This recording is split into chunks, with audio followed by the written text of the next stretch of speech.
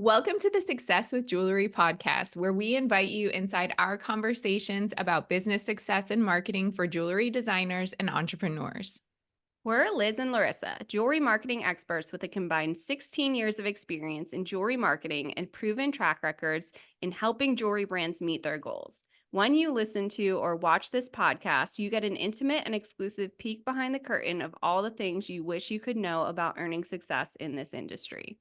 Welcome to episode 87. In this episode, I'm giving a JCK recap, and then Liz and I are going to chat about what's been on our minds lately when it comes to marketing, because you guys don't know, but we actually haven't talked in a few weeks. That's a lot. So, what were my highlights from JCK? What the heck is going on with Meta? Updates about Instagram. And in the bonus content of this episode, we chat all about Vegas trends. To get access to exclusive content as well as direct access to me and Liz, sign up by visiting successwithjewelry.com. Hey, Liz, let's get into it. I'm very excited to hear about JCK. Yeah, I'm excited to talk about it because I'm still recovering from it. So it's fresh in my mind. It takes a long time to recover from trade shows, especially Vegas. Oh my goodness. It's a haul for sure.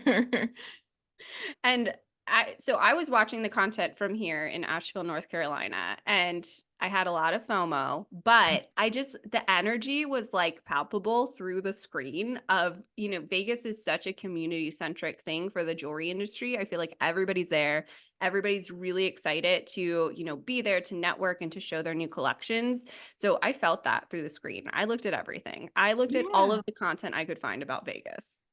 Yeah. So I've been to all the shows since, okay, so they didn't have one year for COVID. And then I was at all the shows since then. And I feel like there was something about this year that it like finally kind of recovered from the pandemic in a way. Like there was this energy. It was so many people. It almost felt like the first day of school or something when you're like seeing all your friends and you're like, hey, we're back from summer vacation, you know? It must feel cool to see because I know you were texting me when you ran into people and stuff like that. I was like getting on the ground coverage from Laryssa, which felt really good. But it's Yeah. so fun to have FaceTime. I mean, it's so different than emailing or DMing on Instagram and things like that. I know, that's what's so special about it, like, everyone in this one place, and the other thing is that's crazy, I think there's, like, 30,000 people or something there, but yet I ended up running into, like, every single person that I wanted to see, which is, like, so weird in a way. It is weird, but I do think, even though Vegas and JCK in particular is such a big show, it's also such a small community that you are bound to run into everyone. Yeah, absolutely. Yeah, so it was good, but oh my goodness, you listeners out there, if you've never been to JCK, like you kind of need to like mentally ramp yourself up for it and really like give a lot of self-care because it feels like you're running a marathon. It does. And then if you're like layering in the evening events and the Oh dinner my gosh. and the parties and all of that, it's nonstop.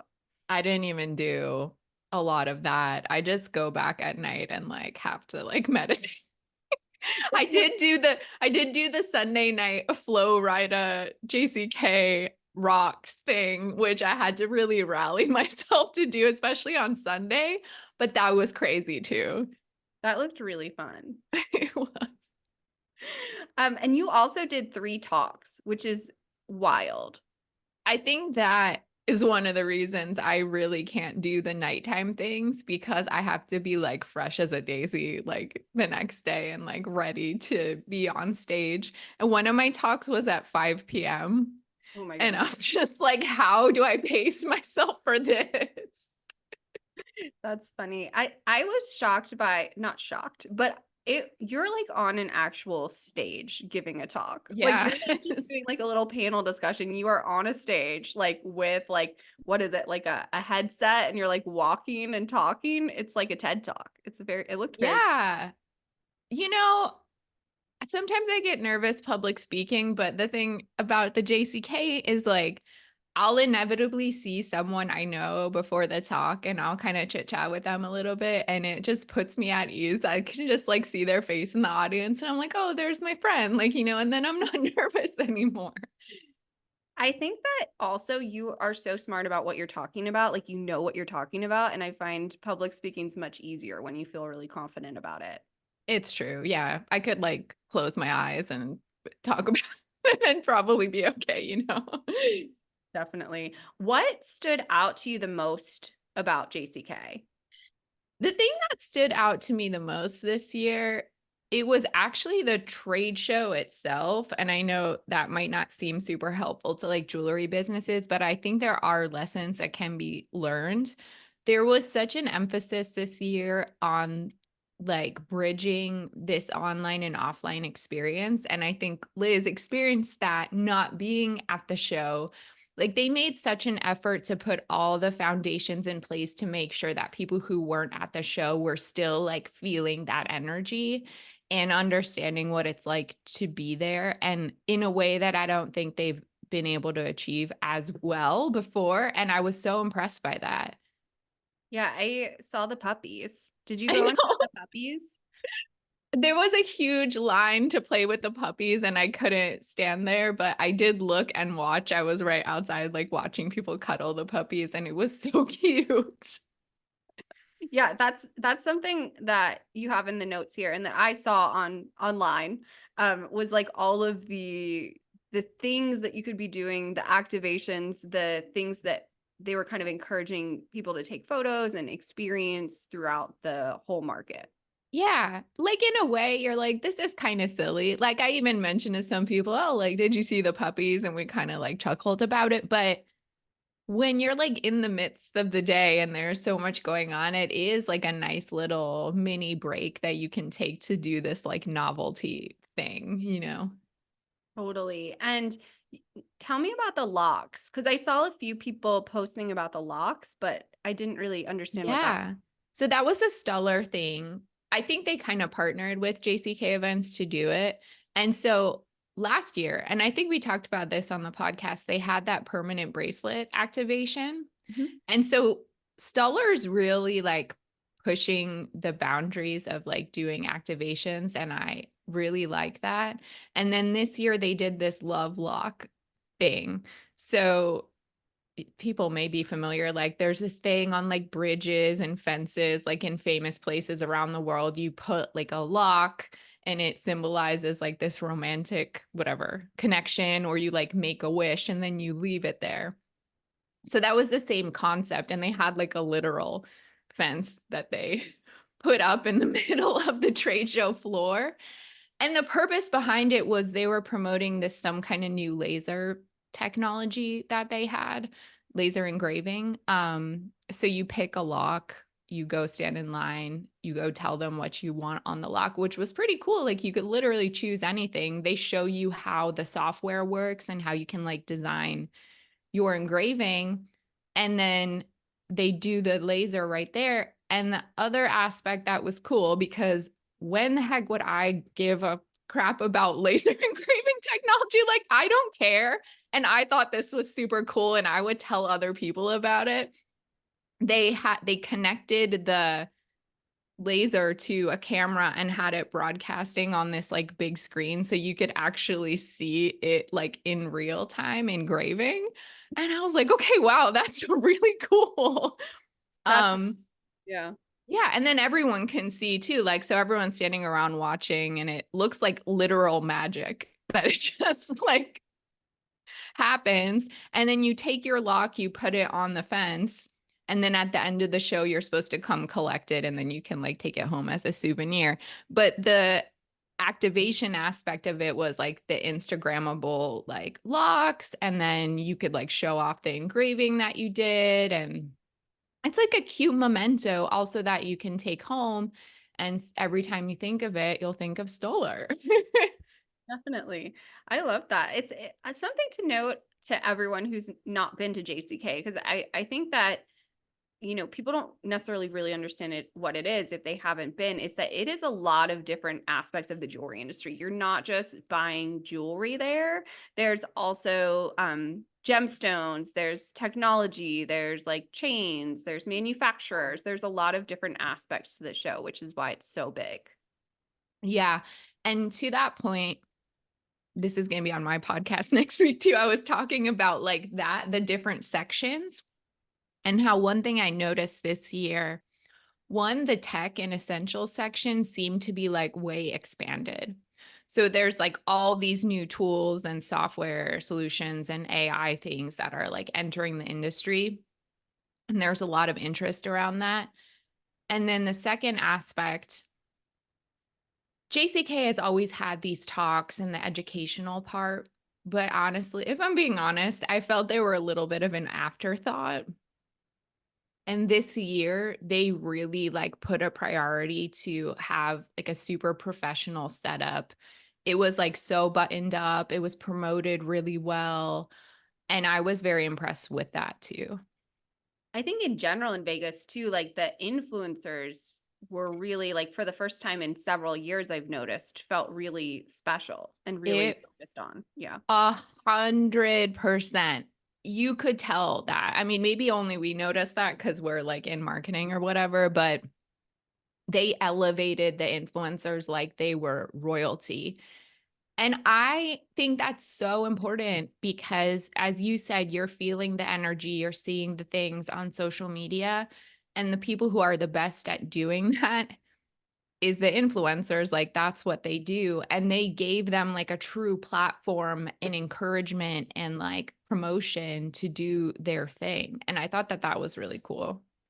I think it's so interesting, and we'll talk about trends in the bonus part of this episode, but it's so interesting to see a tour, sorry. It's so interesting to see a store's buying perspective. So I love when stores are posting live or they put like a little video together after of what they were drawn to and who they were looking at and who they were meeting with and all of that. I think that's so interesting, but I also think it's so interesting to see an influencer's perspective, and Jewel Boxing was there, and I love her. I love her content, and it was really fun to see her what she was posting about, but also like she did these little recap videos that were really nice, and all the different influencers have such different perspectives. It's cool for somebody who can't come to the show to see. I because of my podcast or whatever, and Jen Cullen Williams, she gives me a press badge and that's my badge. And so I get to hang out in the press lounge. And I would go in there at certain parts of the day, and it was just like a collection of jewelry influencers. It was like very cool to see. Like, everyone that you see on Instagram was like in this room together. That's so funny. It's kind of surreal. I mean, it's kind of surreal, even though I've been an on the cusp of being an influencer in my time in the industry and stuff, and I've been in the press room. I remember the first time I was in the JCK press room, I was like, "This is cool. It's Yeah. very cool."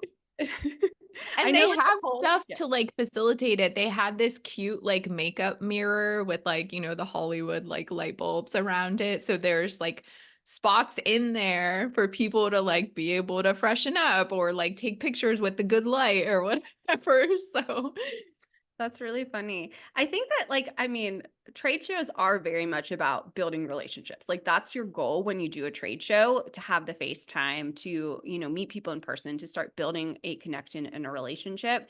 And, a lot of jewelers go into it and designers go into it thinking stores only, but having these relationships with influencers and press and things like that, that's another huge opportunity that you receive by doing a trade show.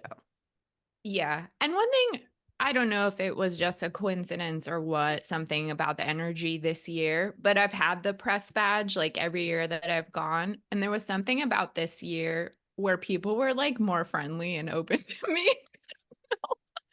Like in the past, because I'm not a buyer, sometimes I would just get looks like, we don't want to talk to you. We don't really care. But there was like much more of an openness. And I felt invited to like enjoy the stories of the brands and like, I don't know, there was something different. Interesting. I read the post. There's a Facebook group, Jewelers Helping Jewelers, and it's, tens of thousands of people in the jewelry industry in this group, and they did a post of like, how was Vegas? And I read all of the comments. And like any year, it's kind of like mixed, but there were a lot of really positive reviews in terms of like, great traffic, like outstanding show. You know, and that's great to hear for me, for us, because we want the jewelry industry to be thriving. We want business to be happening and things like that. So, Mhm. I mean, it's cool that the energy that I was feeling, that you were feeling, seems like it's been translating to sales and business happening. I hope so. Well, I want to mention something else about influencers. Sure. So I was invited to the Levion press preview, which I don't really know Cool. why they invite me, but whatever. And um I was talking to one of their sales reps and they were telling me about like the fashion show that they do every year, which I think some people in the industry kind of like make fun of, to be honest. But like good for them. They freaking hired Jules with Jules to be their like red carpet correspondent and I she love live that for streamed her. the whole thing and she has huge reach. And like go laugh at Le'Veon all you want, but like that's freaking smart. That's so smart. I watched some of that live broadcast. Like I said, I was like on it. I was watching everything happening in Vegas. Yeah. But I thought that was so cool. I mean, she's such a good commentator on jewelry, and so Yeah. smart of them to have her kind of be a jewelry correspondent. I thought that was very fun. So smart. There's a lot of things they're doing that I don't know. Maybe it's just an old school way of thinking in the industry, but like people kind of like chuckle at it, but like it's working. Like they're doing something unique. Totally. People want an experience. You kind of have to think, this is so tough because we're all so tired. We're trying so hard. But and prepping for a trade show is no joke. It's a lot of work just to like show up and have like your cases filled and like all of that goes into it. But you do have to think a little outside of the box. You can't just show up and have a booth. It needs to feel like your brand. There needs to be some sort of memorable element to what you're doing. Absolutely. Trying to think what else. There was so much. There was so much. I'm sure. Well, we'll talk more in the bonus episode, but do you want to get into some news? Yeah, what's been on our minds? Because the listeners don't know, Liz and I haven't recorded for like a month. I know, so wild. I missed you. I was kind of like, I know. who do It's I been talk so to? long. I'm glad to be back to some normalcy and, my routine and stuff. I'm glad you are still around to text because otherwise I don't know what I would have done. Well, I'm glad I have Liz because there's some things I text her that I'm like, I don't know who else I would say this We have a very niche relationship. to. Yes. Yeah, so what's been on our minds? Mostly just like meta outrage. Not much outrage. And I only get glimpses of it. But I think a big conversation I've been seeing is like the issue with AI. So starting soon, Instagram is going to be able to use any public photos to inform their AI. So a lot of artists are moving to a new app called Cara, or Cara. I think it's called Cara, is how you pronounce that. But that's the like big thing I'm seeing on my end of the internet here of people being mad. And I saw a funny thread because I do post threads for Success with Jewelry. It's not a place I spend a lot of time, but sometimes I see a thread that's interesting. And it was like, do you feel Meta dying? Do you feel Instagram dying? I like feel this. I felt that too. I was like, I feel like we're getting to a point where all of this stuff's going to go away. And in this thread, they also say like care is not going to take over. People are going to lose interest, which we've seen other apps kind of try to take over Instagram. And they've had like interest for a few weeks and then they're gone.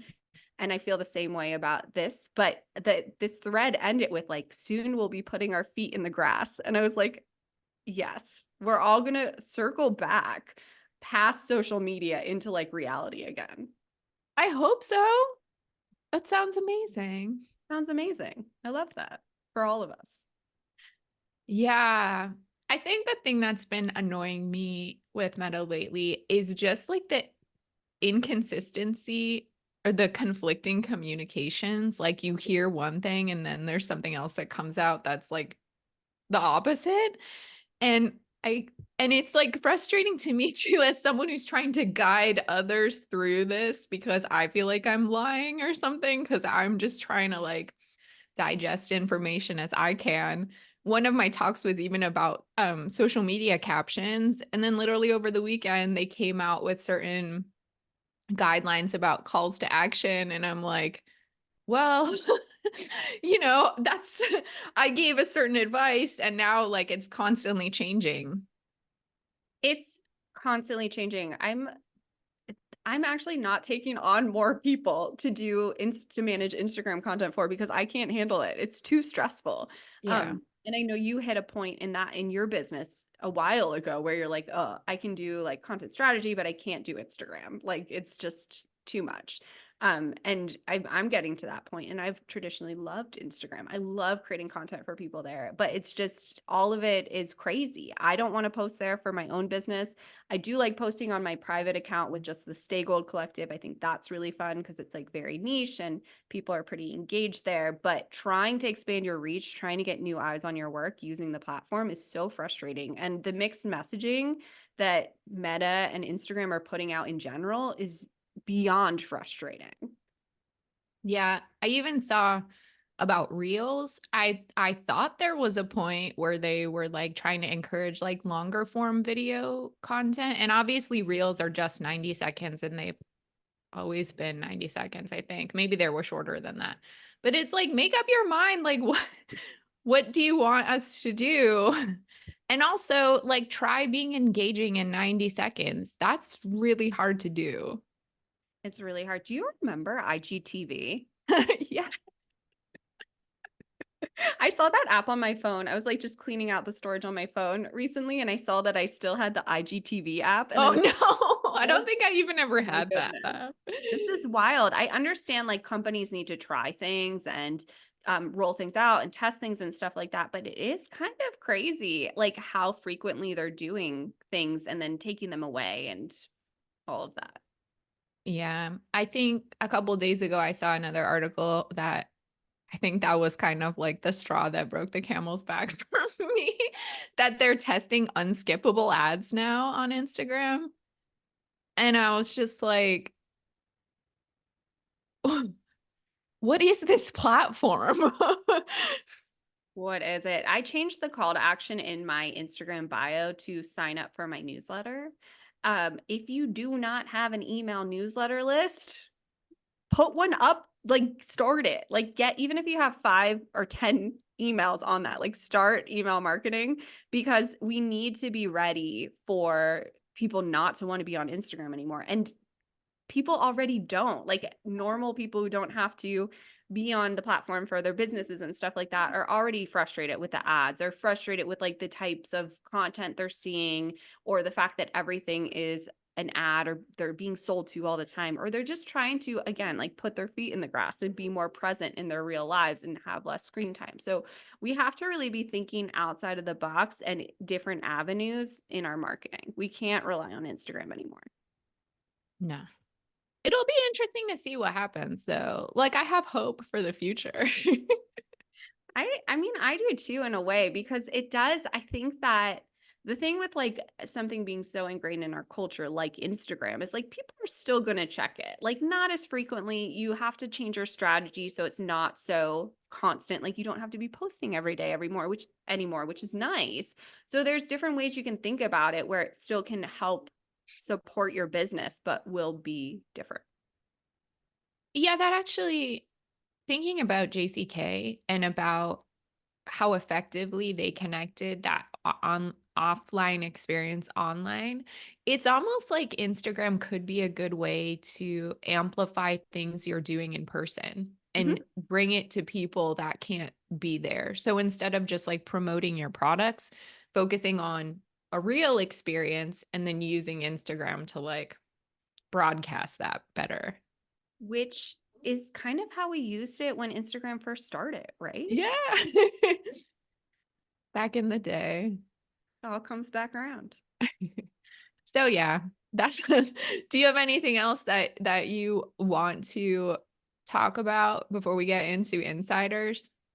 I don't think so. I think that's it. I think I said my piece. I mean, there's like a million bullet points that you put on here about all the technical things and like all of the, and it is like, it's just like news story after news story, like article Yeah. you need to read after article you need to read, TikTok video going viral. But um, at the end of the day, I think rather than getting consumed by some of that stuff, it's like, think what you're going to do next. Where is your customer? How are you going to reach them?